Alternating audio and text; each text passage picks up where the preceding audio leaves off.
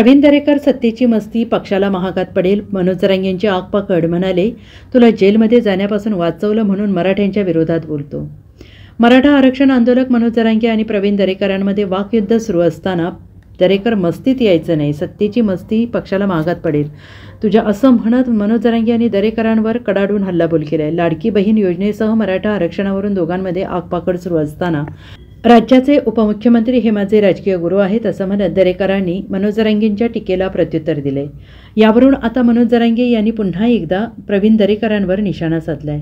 तू बँकेचा घोटाळा केला, तुला जगायचं होतं. तुझ्यावर देवेंद्र फडणवीस यांनी उपकार केले आणि आमदार केलं. त्यांनी तुझं कुटुंब वाचवलं म्हणून तुला मराठ्यांच्या विरोधात बोलणं आहे. तुला जेलमध्ये जाण्यापासून त्यांनी वाचवलं म्हणून तू त्यांचे उपकार फेडायला आलायस असं म्हणत मनोज जरांगे यांनी दरेकरांवर जोरदार टीका केली. मुख्यमंत्री लाडकी बहीण योजनेवरून मराठा आरक्षण आंदोलन आणि भाजपकडून वार पलटवार होत आहेत. काल खासदार प्रवीण दरेकर यांनी मनोज जरांगेंवर खोचक टीका केली होती. त्यावर मनोज जरांगे पाटील प्रवीण दरेकर यांना लक्ष करून म्हणाले की तुम्हाला वेगळेच नाद आहेत म्हणून माझ्या बोलण्याचा वेगळा अर्थ काढता असं म्हणत तू क्रांती मोर्चाचं वाटोळं केलं, ठोक मोर्चा काढून मोडून काढला. मी तुझ्या खाली बसलो होतो, देवेंद्र फडणवीस यांच्या सावलीखाली बसला असं म्हणत मनोज जरांगेंनी पुन्हा एकदा खोचक टीका केली आहे. करणार ना शेवटी त्यांचे पोरं वाचायसाठी त्यांनी भ्रष्टाचार केला. त्या टायमाला ते भाजपकडे गेले, स्वतःचं कुटुंब वाचलं त्यांनी. त्याच्यामुळे त्यांच्या डोळ्यासमोर फक्त त्यांचंच कुटुंब दिसतं आणि त्यांना फक्त देवेंद्र फडणवीस दिसतो, बाकी कोणी दिसत नाही ना. इथं गोरगरिबांचे स्वतःच्या जातीतल्या लोकांचे ते लेकराचे मुडदे पडायला लागलेत, याच्याशी नाही त्याला देणं घेणं. त्याला फक्त त्याचं कुटुंब वाचलं आणि ज्यांनी वाचिलं तो माणूस महत्त्वाचा आहे, म्हणजे फडणवीस महत्त्वाचा. काही गरज नाही मराठ्यांच्या जातीचं काय, आपण ज्या जातीत जन्मलं त्याचीही गरज नाही, कशाची गरज नाही त्याला बाकीची. त्याला फक्त त्याचं जगलं पाहिजे, बाकीच्यांचे मेले तरी चालतील. त्याला ते डोळ्यातलं पाणी नाही दिसणार, त्याला तो भंपकपणा म्हणणार, म्हणजे मराठ्यांचा अपमान करणार, ते विद्यार्थ्याचा विद्यार्थिनीचा महाराष्ट्रातल्या महिलांचा अपमान करणार, ते म्हणजे मगरूर माजुरेपणा अंगात सत्तेचा हे त्याच्यात आहे. त्याच्यामुळं भाजपला चांगले फळं मिळणार आहेत. बघा म्हणा पुढे तुम्ही आता. आणि मग तुला सोडायचं काय? तू सोडितो काय? तो आता सगळे क्रांती मोर्चाचा ठोक मोर्चाचा दिदारा केला, सगळा दिदारा करून टाकला. आता बी मग दिदारा करणार आहे जणू तू. अभियान राबविणार म्हणजे ट्रॅप रचलाय तो, अभ्यासक फोडणार, समूहक फोडणार, आणि ते तर फोडलेले आहेत. मी मागे 23 दिवसापूर्वी सांगितलं तो फोडून ठेवले. आणखीन 2-3 जण जोडीदार आहेत तुला, 6 जण आहेत तुम्ही. मला सगळं माहिती आहे. फक्त तू बाहेर का अशी काढीत होती याची वाट बघत होतो मी. आता तू अभियानात काढणार, तुला बी दरेकर, तुला बी, आणि त्या कोण आहेत का अभ्यासक आणि त्यांनाच समाजाला सामोरं जायचं. बघ तू आता कसा आहे मराठ्याचा.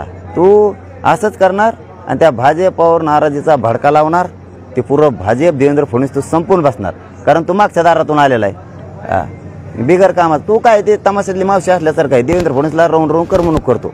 बिगर नाथाची मावशी असते ती. माझं जीवन चांगल्या कामाला आलेलं आहे, चांगल्या कामाला लागलेलं आहे, चांगल्या कामाला माझं आयुष्य गेलेलं आहे. समाजाला काही ना काहीतरी मी देऊ शकलो, समाज एक करू शकलो, मुलींना शिक्षण देऊ शकलो मोफत, काही ना काहीतरी चांगलं करू शकलो मी. थोडं व्हायना म्हणतोय नगभर. माझं जीवन सत्कारणी लागलेलं आहे. मला काय अडचण नाही. समाज जर मला उद्या बाजू सरकतो मी उद्या बाजू सरकतो, पण मी जवळ म्हणत नाही समाज तवर शेवटच्या मरणाचा घटका मी इथंच मोजणार आहे. इथंच फक्त दरेकर तू भावनिक करू नको, लोकाला पुतळ्याखाली बसला नसतं करा, खोटं बोलू नको, रिटू नको. ती मुलगी रडली तर तू म्हणला भंपकपणा येतो, म्हणजे तू महाराष्ट्रातल्या अख्ख्या समाजाचा अपमान केला, तर मराठ्यांच्या मुलीचा अपमान केला. तुझ्यासारखं बेमान जन्मू नाही कधीच. दरेकर तुझ्यासारखं बेमान जन्मू नाही का. मुलींचे सुद्धा तुला कळणार, तुझ्या मुलीचं तुझ्या लेकराचं तुला कळालं.